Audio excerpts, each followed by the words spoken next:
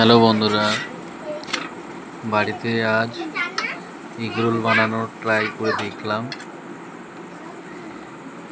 দেখতে হয়তো দোকানের মতো হয়নি, খেতে কিন্তু দারুণ টেস্টি, দোকানের থেকেও দারুণ হয়েছে। আপনারাও চাইলে বাড়িতে এইভাবে ট্রাই করতে পারেন।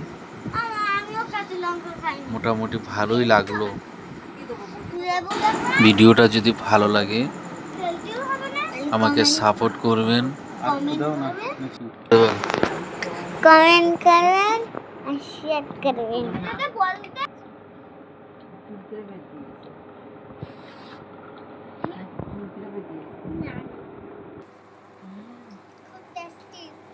ভালো করবেন, ভালো করবেন।